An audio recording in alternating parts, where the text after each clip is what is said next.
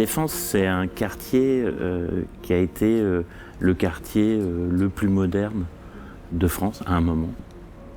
Et c'est le général de Gaulle, qui était un grand innovateur, qui a décidé de créer de toutes pièces un quartier d'affaires sur ce qui était à l'époque des bidonvilles. Donc c'est une initiative vraiment de l'État, d'un personnage, du symbole de la France libérée à cette époque-là, qui se lance dans cette aventure absolument incroyable de créer un Manhattan à la française. Une tour pour un architecte, c'est toujours un rêve, parce que on a toujours rajouté une tour à un château pour surveiller et en même temps regarder. La tour, c'est le beffroi des villes, c'est le signal. Alors, j'ai fait presque 6 tours à la Défense. Il y en a 2 rénovées, 4 nouvelles. La hauteur, c'est forcément, on aime bien. Moi, je suis content d'avoir fait la tour la plus haute de la Défense. Mais bon, c'est un peu une blague. Bon, c'est vrai, c'est la plus haute, c'est très bien. Je suis fils d'architecte, et donc un des amis de mon père, Bisseuil, était architecte et il a participé avec Abramovitch à la construction de la tour Gann, la grande tour verte derrière, en forme de croix qui est derrière nous. Et quand j'étais adolescent, moi j'étais fou d'admiration parce que je voyais cette tour, je me disais mais comment peut-on faire des édifices aussi grands, aussi hauts, quelle audace, etc. Donc oui, j'étais très impressionné par ça. Et puis aussi parce que plus tard aussi, j'ai eu une vie américaine, donc j'ai passé plusieurs années aux États-Unis, j'ai étudié à Harvard, j'ai travaillé à New York après, et c'est le monde de la hauteur, c'est le monde des tours.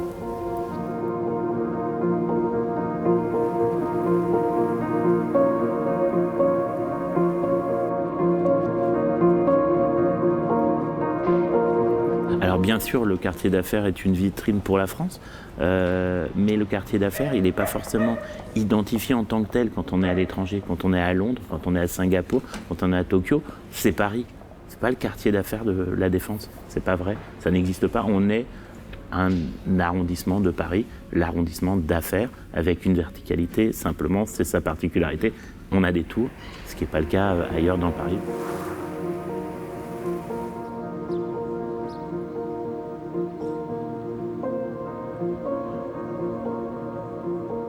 Le quartier de la Défense, c'est un quartier qui a connu son essor à partir du début des années 70.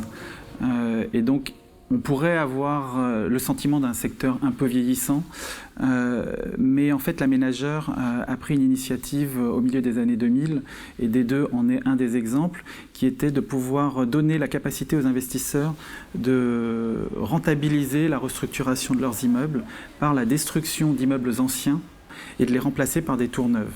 C'est ce que Sogecap a fait au travers de l'investissement de la Tour des Deux, puisqu'historiquement, c'était un bâtiment qui faisait à peu près 10 000 m², qui était complètement obsolète, construit dans les début des années 80. Et en fait, on l'a démoli, reconstruit, mais pour pouvoir rentabiliser en fait, cet investissement, l'aménageur a permis aux investisseurs d'acquérir des droits à construire de surélévation. C'est-à-dire que d'un immeuble de 10 000 m², on en a profité pour construire une tour de 50 000 m². Il n'y avait plus de terrain. Et donc l'idée, c'était on va démolir des immeubles. Et du coup, ça a été un exercice nouveau. Faire des tours dans des zones où on pouvait récupérer du terrain, une charge foncière qui quand même était très intéressante. Et donc c'est comme ça que ça s'est développé. La Défense, c'était un problème des parallélépipèdes qu'on voit tout à côté. Là, à gauche, vous verrez, toute la tradition idéale, c'était la fameuse tour de 24 mètres par 48, qui était le numéro de téléphone de l'EHPAD à l'époque, et qui était la même partout. Vous les voyez tout autour, il y en a beaucoup. Et on essayait un petit peu d'en sortir, alors que Carpe Diem est un bon exemple. Mais la façade est pour ça très intéressante, puisqu'elle a permis de donner une volumétrie différente, c'est-à-dire de créer un volume, une architecture, tout en gardant à l'intérieur le fonctionnement d'une tour traditionnelle, ou qui correspond au marché. Parce que n'oublions pas que c'est des tours de bureau, donc elles sont faites pour être louées. Donc il faut que les clients ils s'en sortent derrière, les preneurs. Tout était particulier à Cœur des France. D'abord, le site était particulier puisque c'est là où se trouvait l'immeuble Dassault, le fameux Exxon Headquarters, le premier bâtiment construit par les Américains en France. grand bâtiment en acier, en plus en acier. Donc c'était vraiment l'Amérique de Détroit qui débarquait à Paris, quoi. Et ce bâtiment qui n'était pas très haut, il faisait 17 étages de hauteur, très long, très moderniste, comme on dit dans le style architectural, était posé sur le vrai sol. Et donc du coup, quand ce bâtiment a été démoli, la défense, la dalle était construite, nous sommes trouvés en face d'un terrain, vrai terrain, c'est-à-dire non pas sur la dalle, mais un vrai terrain de 2 hectares, ce qui était un cadeau absolument incroyable. Alors, une tour, il faut toujours la couronner. Alors, où on met un chapeau, où on met un volume, ou une sculpture, ou une lanterne, ou une flèche. Il y a dans l'histoire de l'architecture tous les éléments. Là, on s'est dit que l'exostructure, qui faisait le tour de l'immeuble, il fallait se servir de ça pour faire la coiffe. Et donc que c'était l'endroit où il fallait mettre le jardin des nuages. Ce jardin des nuages, à mon avis, est très important, parce que c'est la petite note poétique. Moi, j'ai une phrase de Perret qui guide un peu tout ce qu'on dessine. C'est « technique, parler en poète, nous conduit en architecture ».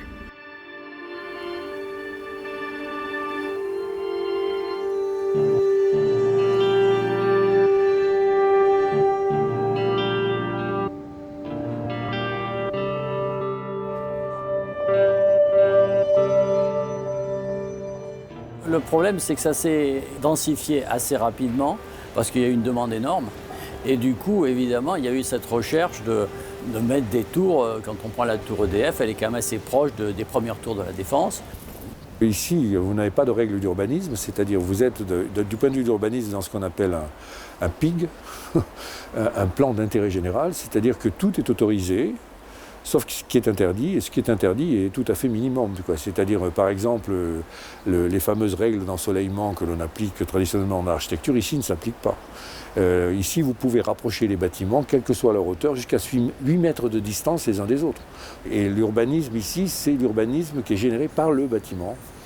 Et la discussion que vous avez avec vos voisins, évidemment, puisque chaque fois, il y a des questions de vue qui se posent, des questions d'ensoleillement quand même, donc qui sont négociées tout au cas par cas.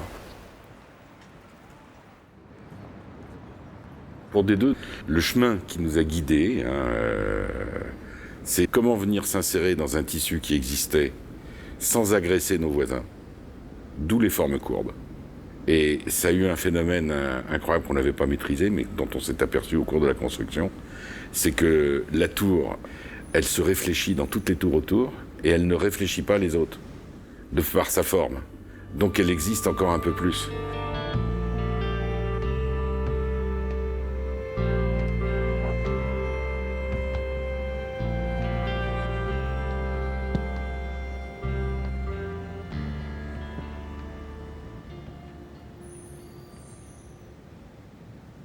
En France, on construit pour 100 ans. Aux États-Unis, on construit pour 15 ans. De la durée de vie de la décoration intérieure, en gros. Je ne pense pas que les tours fonctionnent différemment des immeubles de bureaux classiques. Et une durée de vie de 30 ans, c'est une durée de vie assez raisonnable, à la fois pour tenir compte de l'obsolescence des équipements techniques, sachant que je n'ai pas encore parlé de la problématique environnementale, mais d'un point de vue environnemental, elle n'existait pas, on va dire, il y a 30 ans. Il y a 30 ans, on construisait, l'amiante n'était toujours pas interdit dans les matériaux constructifs en France. Il n'y avait pas de débat en termes de politique d'économie d'énergie, tout simplement. Une tour, c'est une bouteille thermos. Au début des années 80, donc c'est le premier projet un peu emblématique du développement durable, lorsqu'on a fait la tour Total, il faut savoir qu'elle était à côté de la tour Fiat, Framatome, tout ça, et qu'à l'époque, la consommation énergétique était de 450 kW du mètre carré par an. Elle est passée à 90-100. Mais pour aller de ce 100 à en dessous, c'est très très difficile. L'évolution a été très très lente. L'optimisation, elle se fait maintenant. On arrive aujourd'hui sur des tours avec tous les systèmes, même intérieurs, de récupération d'énergie, d'utilisation de l'énergie. Et ça, c'est un travail de mise au point. La première des conséquences de cette démarche environnementale est la nuisance qu'apportent les chantiers aux gens qui vivent autour. Donc on a fait d'abord une déconstruction où on a recyclé les matériaux qui avaient été démolis et c'est broyé. Ça se recycle dans des chantiers autour de Paris. Hein. Et on a conforté le boulevard urbain pour pouvoir mettre nos piliers qui allaient porter la tour. Ça a été la première étape. La deuxième étape, on a construit un plancher au-dessus du boulevard urbain pour pouvoir livrer les poutres la nuit et les assembler sur cet atelier superposé à la vie qui continuait à exister en dessous et à monter avec les grues dans la journée avec un atelier qui continuait à fonctionner en bas. On a permis que le chantier n'ait aucun impact. Aujourd'hui, on referait cette tour dans le contexte d'aujourd'hui, on le ferait certainement différemment, avec certainement un recours à l'économie circulaire, parce qu'en termes de déconstruction, il y a toujours des matériaux qui peuvent être réemployés sur d'autres chantiers. À l'époque, ce n'était pas encore quelque chose qui se faisait. Néanmoins, on est dans cette démarche-là. Et les tours de la génération de D2 ont été les premières à commencer à utiliser et à réfléchir vraiment profondément au développement durable, au-delà de la simple réduction des consommations énergétiques.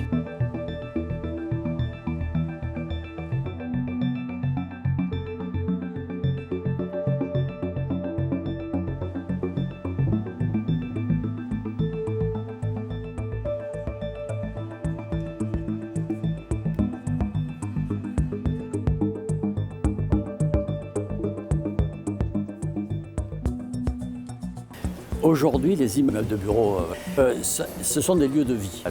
C'est-à-dire qu'on a un lieu, un espace où on peut se retrouver ou bien se poser pour ne pas être dans son bureau en permanence. Donc on crée des espaces de vie, on dit les lounges, on disait les lounges. Dans la tour Pound First, on a les 4 niveaux de transfert intermédiaires sont devenus des espaces conviviaux, les gens peuvent se retrouver, bon, ben, je descends, je viens te voir, etc. Et c'est facilité par l'autonomie informatique. Vous travaillez, tiens, je vais descendre en bas, je vais prendre mon café, je prends mon ordinateur, je travaille. La manière de travailler a changé. Hein. Il y a une mixité des usages et de rencontres, donc qui permet cet enrichissement de l'intelligence partagée. Et ces nouveaux usages, quand vous allez dans les immeubles haussmanniens aujourd'hui, ou les rénovations qui sont faites dans Paris et ailleurs, hein, dans le monde, vous avez des plateaux de bureaux où vous avez l'impression de rentrer dans un hôtel.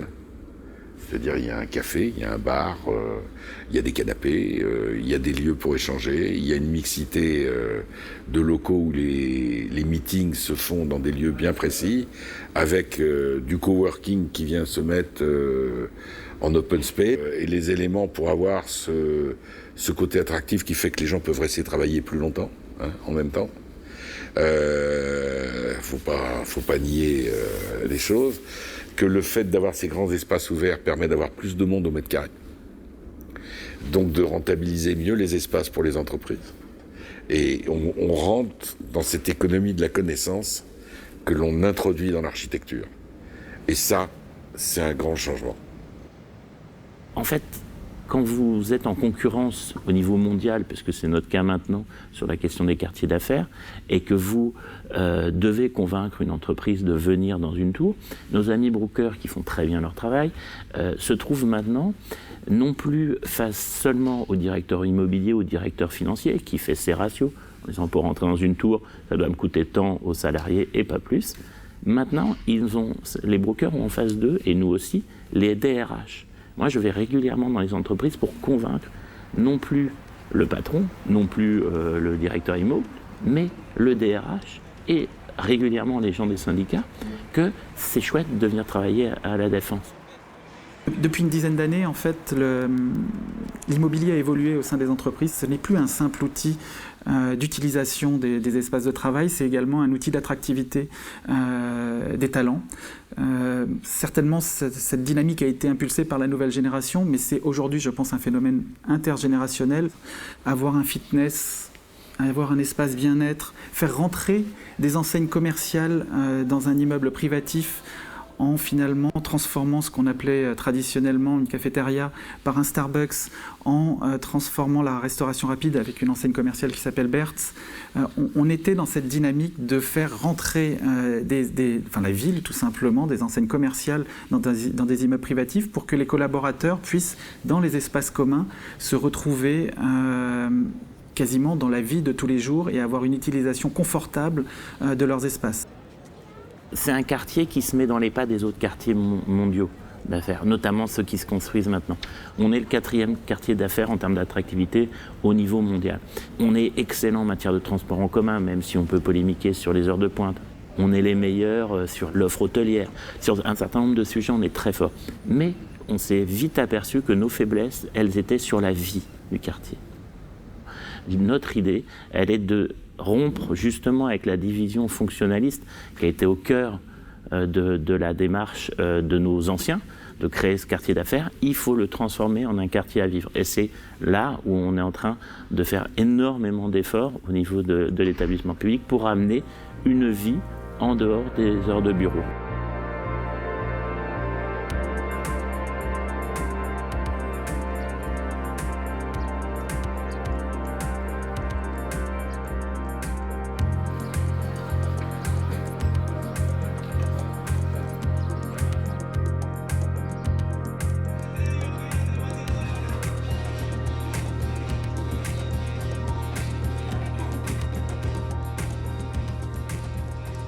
Ce qui est très intéressant pour un architecte, en l'occurrence pour construire à la Défense, c'est que ce sont des bâtiments qui sont ce qu'on appelle des immeubles îlots. Ils forment eux-mêmes leur îlot et ce sont des objets qui sont posés sur une esplanade qu'on connaît bien à la Défense, qui est bien évidemment artificielle, puisqu'on est posé, cette dalle en fait est posée sur toute une infrastructure routière. Et en fait on vient poser un objet qui va dialoguer d'une certaine manière avec les autres objets qui existent déjà, ces fameuses tours. L'architecture de dalle, quand on va dans l'historique du pays qui a fait les premières tours, qui sont les États-Unis, c'est Chicago, les tours descendent jusqu'au pied, c'est un paysage urbain qui prend sa source dans la rue. La tour, elle est née de sociologues et d'urbanisme qui se sont dit que c'était bien de glisser les véhicules et tout ce qui était livraison en dessous pour libérer au-dessus une partie noble et donc de remonter les rez-de-chaussée en hauteur. Ce qui a donné une fracture vis-à-vis de la ville qui était colossale. Ce qu'on appelle aujourd'hui le boulevard urbain, où on fait descendre, toutes les tours sont en train de reprendre pied au niveau de la ville et pour diminuer justement est un relais de la suppression de cette fracture. Majunga, c'est un immeuble d'abord qui n'est pas construit sur la dalle, il est construit au bord de la dalle, c'est-à-dire qu'il a une entrée qui est à 25 mètres en dessous de celle de la dalle, et une entrée qui est au niveau de la dalle, et dans la différence de niveau entre cette entrée de la dalle et celle du niveau du sol, toutes sortes de services ont été casés, un centre de conférence, des restaurants, des services sociaux, des conciergeries, des petites boutiques, enfin il y a tout un ensemble de services dans cette hauteur. Voilà, et donc la tour devait servir à fournir un moyen de monter aux habitants de Puteaux, donc qui sont la ville qui est contre ici, de monter du niveau du sol sur l'esplanade. Alors on a créé des ascenseurs qui montent toute la journée, qui descendent et qui permettent ce mouvement du haut vers le bas. Voilà. Comment une tour peut être le lien entre la ville et la Défense ? C'est ce qu'on a essayé de faire là, puisqu'on est venu ramener le rez-de-chaussée directement sur le boulevard urbain, pour relier Courbevoie à la dalle de la Défense comme un grand jardin et un grand escalier qui circulent et avec une vraie continuité. Alors l'architecture de dalle, c'est pas le tout voiture, c'est une façon de faire disparaître la voiture. Parce que la Défense, c'est un quartier exceptionnel pour ça, et c'est ce dont les gens s'aperçoivent vraiment quand ils viennent, c'est quand vous sortez de la Tour, à Paris, dans le QCA, vous allez fumer votre cigarette, vous êtes au milieu des gaz d'échappement. Ici, vous sortez votre tour et il n'y a pas un bruit de voiture. Mais la difficulté sur les espaces verts, c'est évidemment d'aller retrouver la terre. Quand on ne peut pas planter des cèdres de grande hauteur à la Défense parce qu'on n'est pas capable de lui donner la terre nécessaire à son développement. Donc on est en train de trouver des autres solutions. On a un projet absolument fabuleux de renouvellement de nos espaces verts, qui est en voie sur 6 ans. On met énormément d'argent, mais 60 millions d'euros de mémoire dans le projet pour revoir tous nos espaces verts sur l'axe historique. Et ça démarre, ça va être assez spectaculaire pour verdir le quartier. C'est évidemment une de nos obsessions, avec la contrainte de la dalle, de nos grands anciens, mais c'est aussi une de nos forces parce qu'elle fait disparaître la voiture.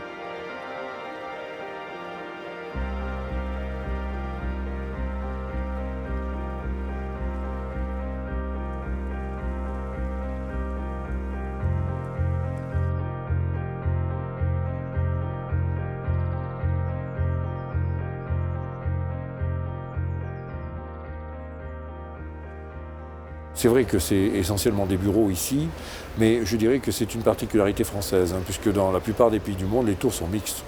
Donc il y a quelquefois un hôtel, des logements, des bureaux, des services, un rooftop. Donc les tours sont quelquefois un empilement de fonctions verticalement.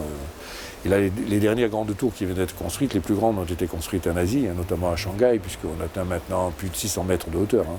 La Shanghai Tower, qui est magnifique. Avec cette double poids extérieur, c'est une véritable ville dressée. L'étape qui reste à accomplir maintenant, c'est de poursuivre ce que la Défense avait été un des seuls quartiers d'Europe à faire. C'est-à-dire, ce n'est pas uniquement que des bureaux. Déjà, la Défense avait mis des logements. Et des logements sociaux, des logements privés, de toutes sortes de logements. Il faut continuer ce mouvement. Il faut habiter la Défense. Voilà. Et moi, je pousse beaucoup à ça et je n'arrête pas de faire des propositions dans ce sens. C'est un quartier qui est tout le temps en mutation. Les tours se transforment, sont rénovées, sont restaurées, sont transformées, du fait que ce sont des bureaux, principalement. Il s'avère qu'avec notre tour de programmation de logement, a priori, les logements ils vont être là pour plus longtemps, a priori. Sachant qu'on a quand même pensé au fait que cette tour pouvait un jour muter au niveau de sa programmation, et pourrait se transformer, pourquoi pas, en bureau ou inversement. Donc c'est la première tour de logement depuis 30 ans. Lorsque les appartements ont été mis en vente, ils ont été vendus en un week-end. Donc il y a une vraie demande, paradoxalement, de venir habiter dans des lieux artificiels comme la Défense. Quand je dis artificiel, c'est pas obligatoirement négatif, mais c'est que voilà, c'est des lieux totalement inventés. La base de la tour sur 9 niveaux, ce sont des logements étudiants, donc des petites cellules qui se répètent. Et la partie supérieure, jusqu'au 15e, 16e étage, ce sont des logements d'habitation qui ont été vendus. Donc des logements en accession, plutôt de petite taille. Ça, c'était la volonté de la mairie, qui ne voulait pas non plus accueillir de trop grandes familles, pour la bonne et simple raison que s'il y a des familles qui arrivent sur le site, il va falloir construire des équipements, des écoles, etc.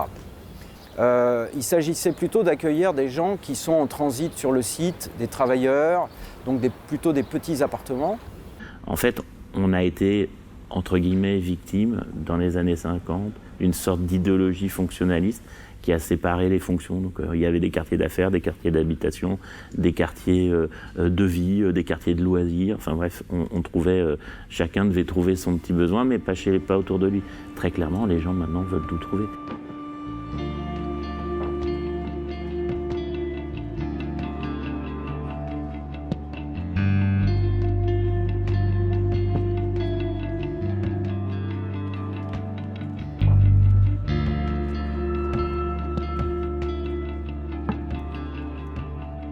Il y a une fin de cycle des tours maintenant. La grande époque des tours s'achève, à mon avis, et elle reprend autrement. Vous savez, quand on a fait Majunga ici, c'est-à-dire quand on a construit il y a une dizaine d'années, tout le monde disait c'est la dernière tour de la Défense. Regardez autour de vous, il y a des chantiers partout, il y a des projets aussi partout. Donc la tour est un archétype architectural qui a une certaine coïncidence avec les besoins de l'époque, et notamment celui de la densité. Je pense aussi que les bâtiments de grande hauteur vont grandir.